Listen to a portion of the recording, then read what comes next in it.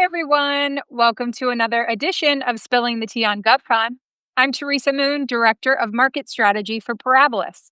We are the preeminent partnership for government contractors, providing holistic support that includes a line of credit to fund your growth. The purpose of this podcast is to assist small businesses with success in the federal marketplace by introducing them to industry experts and resources that they may not otherwise know about. Today, we welcome Patricia Young, Executive Director of the Hazel-Pruitt Armory, home of the Hive at Shenandoah University in Northern Virginia.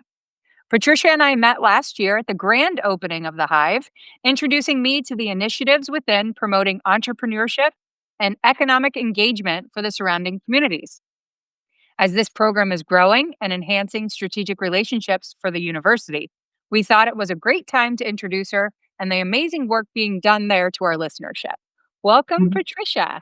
Hi, how are you? Thank you so much for having me on. I'm really excited to be here today. Absolutely. Thank you so Yeah. much for joining us. I know you've got a busy schedule, but Mm. there's lots of exciting things happening at Shenandoah University, and we Mhm. want to give you the opportunity to share that with a lot of people who might not be aware of it.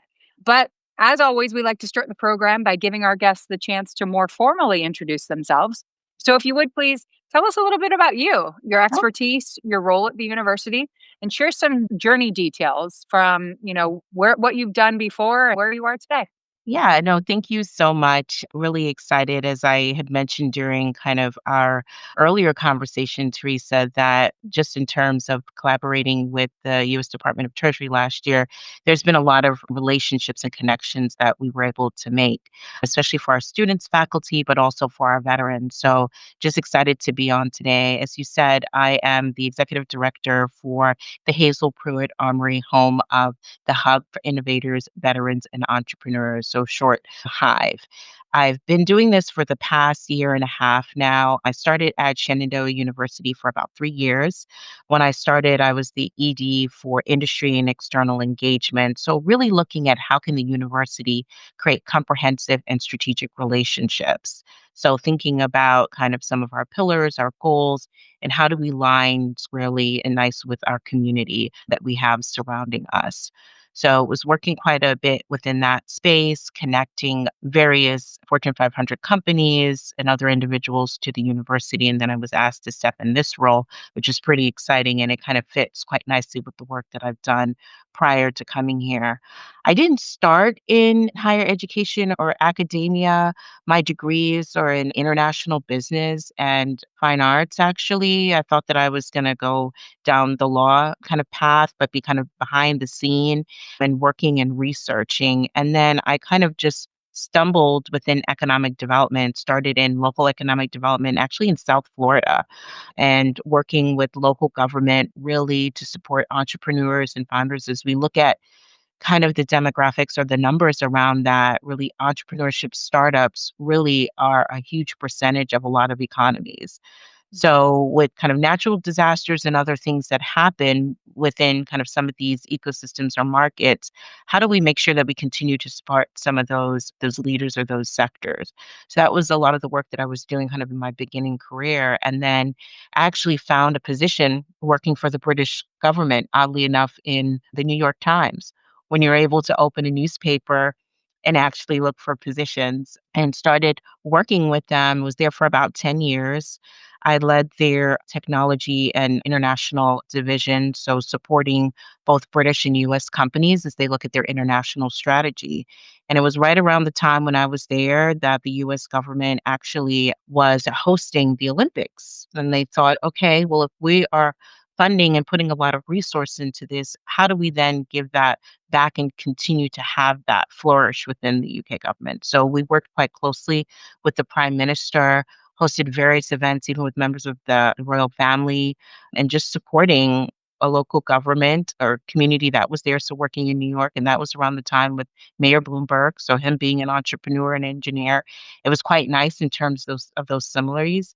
And then I was asked to kind of think creatively out the box, and I created the British government first ever technology award. So creating a business trip for founders, working with government officials, thinking about what does that infrastructure look like, both in New York, but also in the UK to support that. So it was an amazing ride to be able to connect both not just the US side, but also the British government. It was absolutely amazing. So fast forward a couple years after, just being a part of that and kind of looking around, I was like, okay, well, it's probably time to kind of do something else. And the education or higher education has always been a part of those discussions because you do need the workforce and you do need those different skill sets. So it was always a part of the discussion. How do we continue to support those initiatives and those entities that create that kind of pathway or talent pipeline? So I actually ended up working for Lehigh University in Bethlehem, Pennsylvania for a number of years, supporting industry engagement partnerships there. Enjoyed it, even took kind of continued on that international kind of love that I have because my degrees are in international business and actually brought faculty over there to really experience some of the work and how do they look at partnerships, kind of different than culturally how you think about partnerships in academic space, just kind of funding various things, but how do you really connect and make sure that they're a part of that journey from the beginning so they feel an investment there?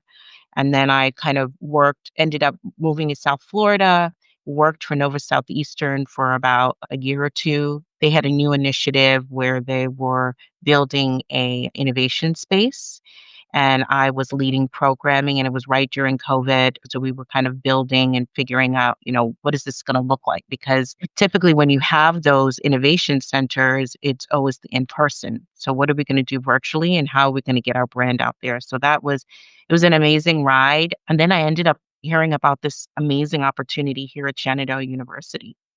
And it basically encompassed everything that I am passionate about and what I've done in the past. And said I could never give this up. I would love to go there. And plus, we were looking to kind of go northern, kind of one of the northern states. So this just fit quite nicely. It's nice to be able to have a toe both on the business side, but also academia. So making sure that we don't build in silo. We kind of work together, as I was saying earlier, really with those kind of creating those strategic and comprehensive relationships. So fast forward here now to the Hive. I've been here, like I said, on the top of our conversation for about a year, physically here in this space, but really working with leadership in order to kind of think about the strategy and the future of what this can do for the future of education. That is an amazing journey, and I think this is usually my favorite part of the show because when you don't know each other as well, really shed some light on why you do what you do. And I never would have imagined the things that you have Mhm. in your journey, and what an amazing journey it's been, and what a perfect place for you to be given all of your past experience and the relationship building aspect of your work is super important to me. I'm very passionate about that too. Yeah. We talk a lot about that on this show. And so I think it's very important for people to understand that really, no matter where you are in the workforce, what level or what type of work you're in, that strategic partnership aspect and the relationship building aspect is important no matter what. And so I love that you have had the colorful experience that you have, and the international experience is amazing as well. I can only imagine the travels that you've had along the way. But wow, Shenandoah University is really lucky to have someone that has so much breadth of information and experience that they can bring to the Hive, which is a super important and really, revolutionary environment because you don't hear about this a lot at many Right. universities. And so I think that's fabulous. I won't hold it against you that you wanted to move out of the state of Florida. Yeah. I Of still have a course, connection there. there you go. Of course, I'm biased, and we're glad to know that you still come down and visit us a Yes. couple times a year for family events. But I definitely understand the need to have some seasons in your life and Yeah. experience some cooler weather. But won't hold it against you. But I love all of this so far, and I think it's a great catalyst into what we're going to be chatting about. So I want to hop right in, and pun intended, let's learn about the buzz at the Hive. Yeah. So, first things first, how do the specific services and offerings of the Hive benefit the university and the surrounding communities? Yeah. So, in order to really answer that question, I'll take a step back and kind of give a little history about the building and talk a bit about the different programming that we have. So, As folks may or may not know, we're actually in a historical building. So it was actually the HQ for the former kind of Virginia National Guard. So they were here between 1940 and 1945 before they stormed the beaches of Normandy. And then the space was opened up to community. So you had the likes of Patsy Cline, who was here, participating in community events, and then other events as well too from community was being held here for quite a bit of time. And then it was gifted to the university in the early 2000, and it kind of sat here in terms of really kind of the leadership understanding where would they like to go. So how do we honor the past as we think about the future? Hence, X number of years later in 2024, the leadership, the president saying, okay, we're going to create this as the Hazel-Pruitt Armory home of the Hive. So an innovation center that's here to really cultivate what's happening in the classroom. How do we take it a step further? But doing so for our students, also connecting with community. So we're in about a little bit over 25,000 square foot of space. We do have the programs that are here, which is quite interesting. A lot of them are existing programs that were here at the university. So, for instance, as you walk into the building, the first level of the floor is what we call Innovation Alley. So, it is home to a lot around spatial computing. So, we have the Shenandoah Center for Immersive Learning, a lot around augmented and virtual reality that is there. So, it is programming for our students. So it is a design studio, if you will. So students are able to come there, create their product within that lab, and utilize the other different spaces that we do have there. But community can also, in their skill, so the lab is actually the shorten is skill. They do collaborate a lot with community. So when we think about creating comprehensive and strategic relationships, they're a great example of that. So they've worked Mhm. with government agencies, public firms, small businesses, as well as entrepreneurs. So they do connect quite nicely with community as well too. We have a maker space, we have 3D printers, infrared cameras, a digital media space as well too. And that space, again, is for our students, but we also open it up to connect with community. So if community is interested in connecting with our makerspace, they'll reach out to our operations manager and make sure that it is aligned with what the programmings that we do have here, and we can support what they're looking to do, and then they can come in and connect with that. We also have a motion capture studio, which is pretty incredible to have within on a university campus. So as you think about Marvel kind of movies, it's that Mhm. here within the Hive. So as we think about advanced technology and the evolution of technology, we pretty much have that kind of in the Hive. So typically with Motion Capture Studio, it starts on kind of the suits that you have with the various sensors and cameras, but this is now building on that where you do have the sensors within that camera. So if we do have companies that are interested in connecting with that, again, that is working with our two co-directors for the skill lab, and they'll be able to do that. In addition to that, we're creating various technology certifications, so taking advantage of the kind of future focused technology that we do have in-house. So we started last year with our first workshop around AI and what does that look like, and how do you even roll that out within the particular sectors of non-for-profit, manufacturing, and agriculture.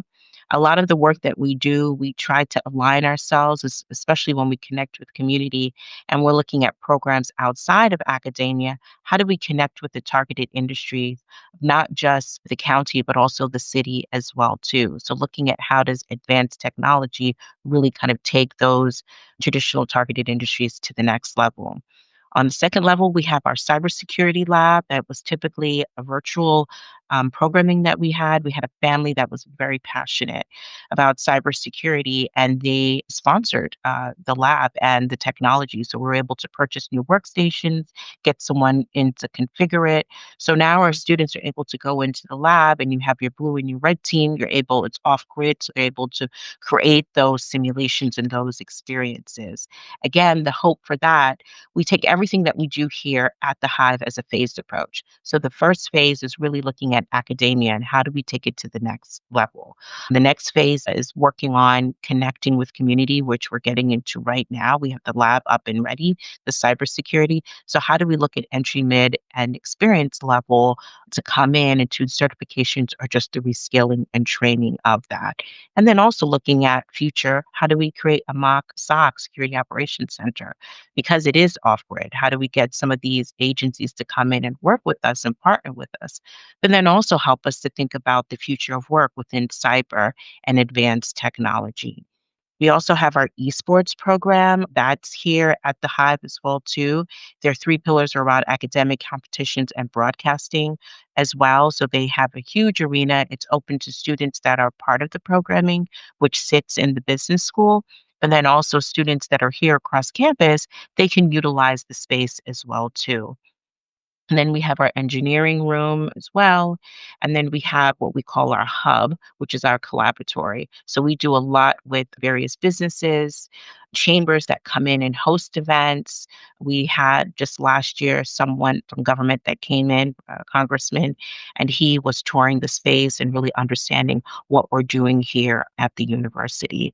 So, to answer your question, the programs are here for our students to come in and to kind of have those classes here and connect with the various technologies. But then we also have workshops, certifications, different events for community to come in. And if they are interested, if there's something that we don't have, we always encourage them to come in and have a conversations either with myself or one of the co-directors of the different pillars to talk about what that possibility could look like. So I hope I answered your question. I know I gave a lot of information, but Absolutely. No, I'm I think passionate about what we do. which I love, which is why I asked you to be on the show because Yeah. otherwise this, wouldn't be as effective. And I think, and forgive me if I'm wrong, Shenandoah University was predominantly known as a liberal arts university focused Yeah. on the arts, correct? Yes, you're absolutely Yeah. right. So even as I talk about scale, Shenandoah Center for Immersive Learning, they do a lot in terms of interdisciplinary work. So they've Hmm. collaborated with our history department, the recreation of the Constitutional Convention of 1787, Wow. actually sitting within an immersive experience and have Mhm. the various avatars of the founding fathers and hearing some of the questions and things that they were grappling with.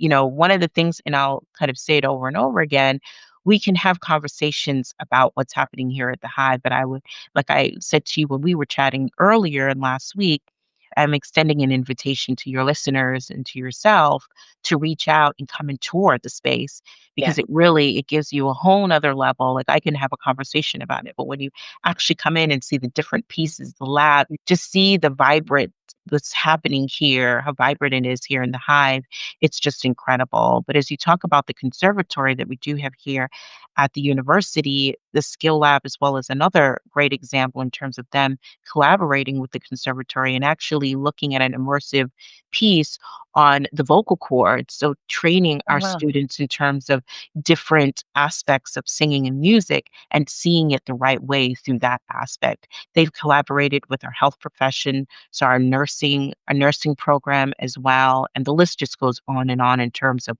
what we're doing. And it's really, the Hive is looking at the future focus kind of technology and collaborations. Yeah. That's amazing. And I think you've touched on a lot of, what we had intended to have covered during this conversation. And I love the fact that there's an opportunity for the community surrounding to come in. It's not just the benefit for the students. You touched on the Mhm. fact that there are certification programs and workshops that community can involve the community as well and support the businesses around the community that have the need for the types of industry and technology that's being delivered through the Hive, that their employees can go and take advantage of those Yes. programs to be able to further their careers and be a better resource for the businesses that they support. And I think that's amazing. So it's not only training the workforce of the future, but it's helping the present day workforce become more robust in terms of, achieving their long-term goals by furthering their education space and allowing them to elevate the things that they know within developing technology that is constantly changing. And so I think that's such a great thing that you guys do. I'm also, biased in this as well, being from Orlando and being a graduate of Yeah. the University of Central Florida. University of Central Florida was known as a liberal arts college for a Yes. very long time. And now we sit at the hub of simulation modeling and, for the community, for the world. And so I think, people might not know that these offerings are available there. So I think it's super Yeah. important that, especially Virginia has such a wide span of fantastic colleges and universities. And so, Yeah. don't count out Shenandoah University to not be Yes. comprehensive in the academic offerings, because it's not just for people who are, entering into the arts or fulfilling certain aspects of that kind of education. Mhm. Definitely have a lot of technology offerings within the Yeah. Hive itself. And so that's incredible. And that, I think, provides a lot more, understanding for people who are coming from both the community side and the, you know, tenured education track. If they wanted to go back to school, they've got an offering that could be right Yeah, down the street from their house that they weren't aware of. And so that's amazing. exactly. And I love that. It's all about You've awareness. Right. Yeah. Absolutely. You've talked a bit about your long-term goals. If there are things that you Mhm. are thinking about today, as we said, technology is ever changing. So of course, Yeah. staying up and ahead is something Mhm. that's got to be important to the programs there at the Hive. How do you bring in specifically, given one, government contractors, we love our acronyms. And so given Yeah. that we in Hive is supporting the veteran aspect of Mhm. the city, how do you have long-term goals that specifically support the veteran community? There's a Yeah. lot, especially in the Virginia and DMV area. Yes, there are, and one of the things that we're quite conscious about is making sure that we understand what's in the market, and then having those conversations with communities that we're looking to serve and truly understanding what are the needs, because one of the things you don't want to do is just build thinking that you're building for a need and it's not there. So we're Mhm, very lucky that again we sit in the former HQ for the National Guard, and we have our student veteran supporters group that is here housed mhm, in the Innovation Center, which is great. It supports our veteran students as they go through the academic journey, but also the workforce joining, like rejoining the workforce as well too. mhm, How do we support those? So what we do is we've created a convening space for veteran service organizations. So monthly we have VSOs that are coming in, sharing what the resources are for our veteran community. And then for me to be able to sit there, having Shenandoah, having a seat at the table is really having an ear to what the needs are. A workforce initiative or interest? How can we support that? How can we support various other things that maybe are programming around mental health or other kind of wraparound services that we have for our student veteran organizations? How can we even create programming for veterans that are a part of our academic kind of community as of yet? Great example, we have CVAB, which is the Community Veteran Engagement Board. They support the Northern Shenandoah Valley. We have a couple of members sitting on either the board. I'm an advisor. We're thinking about programming and how can we collaborate. They meet here. We hear from all the different resources that are available. How can we support? But we have them come in and utilize our space. But through those conversations and connections, we were then connected with Tech for Troops, which is an organization that supports veterans that are interested in getting back into the workforce.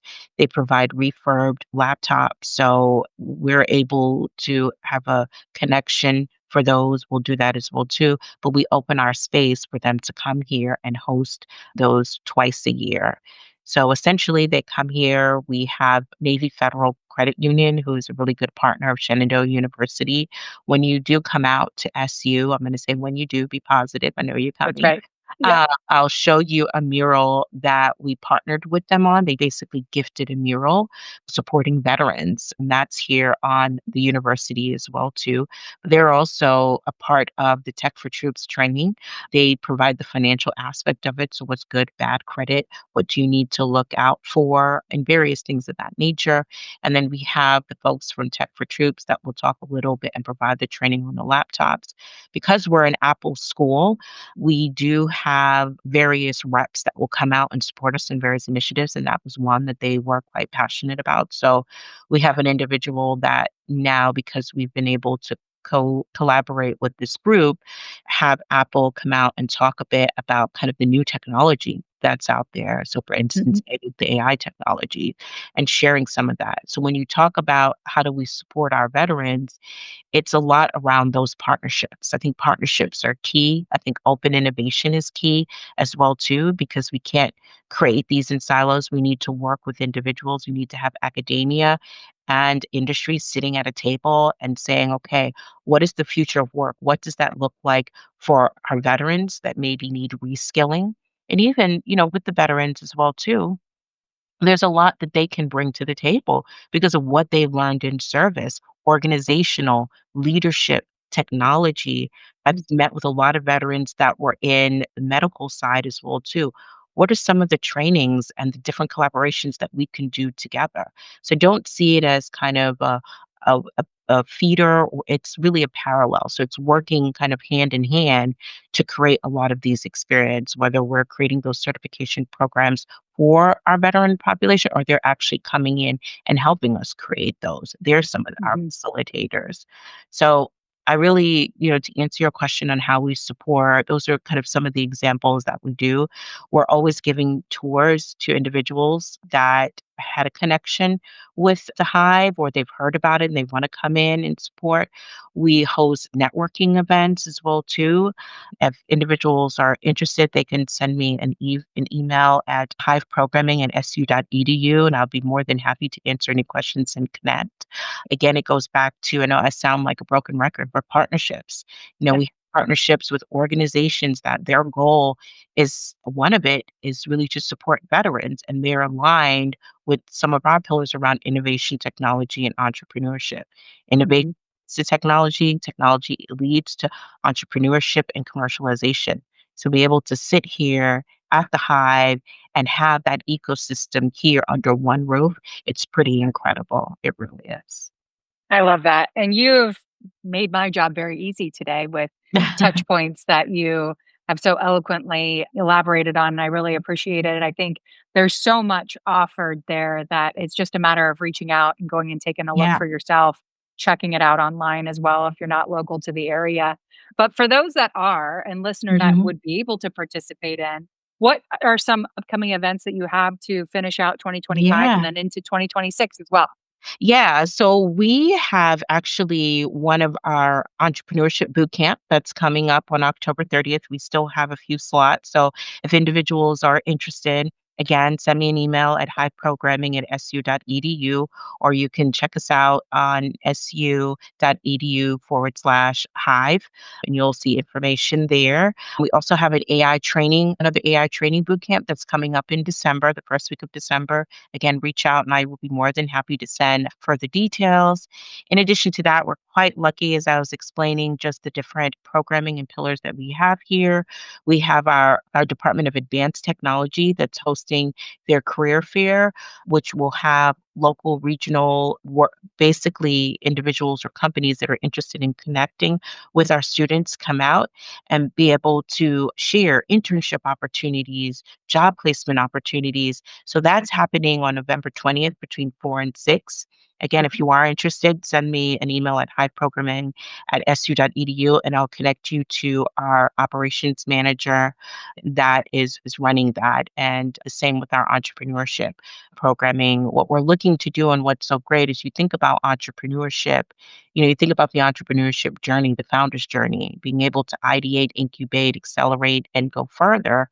We have all the tools here at the Hive, with the immersive learning piece, 3D printing, motion capture, cyber, engineering, and just the rest of the campus. So we're not just bound to one building. We have other that's one of the fortunate bit about it being on a campus, you're able to access other programming to support whatever initiatives that we have. And that speaks true to our veterans as well too. It's not just within the Hive, but it's all throughout SU. And you see it with our faculty, our staff, and our messaging and what we do here. And we're really proud of what the work that we do. And so you should be. This has been amazing, and I appreciate the very comprehensive discussion here. And I think, there's going to be a lot of interaction from people who are listening to you today. And I Mm. encourage everyone to check it out online. This is a really important program that I'm hoping that you guys will be the catalyst for more around the country to start supporting in the same way. I'm sure there are, but You heard it here first, folks. Shenandoah University has a lot to offer, so be sure to check it out. And Patricia, I know you're very busy, so I appreciate you participating today. This has been an amazing discussion. Thank you for your Thank time and you. yeah, all that you guys do for veterans and economic development in Northern Virginia. This is amazing. Yeah, no, thank you so much. And again, I'm really looking forward for us kind of reconnecting on campus. So you reach out as well. Absolutely. You can Thank count you on it. again. Thank you. And thank you all for joining us. As always, we pride ourselves on sharing the most insightful and exciting people and information to help you better navigate your GovCon journey. If you like what you heard today, you can see all of our past podcasts, which are archived on our Parabolis YouTube channel. Stay tuned for all of our future guests in the coming months as we help you grow to great heights in the year ahead. I'm Teresa Moon, and this is Spilling the Tea on GovCon. Have a great day, my friends.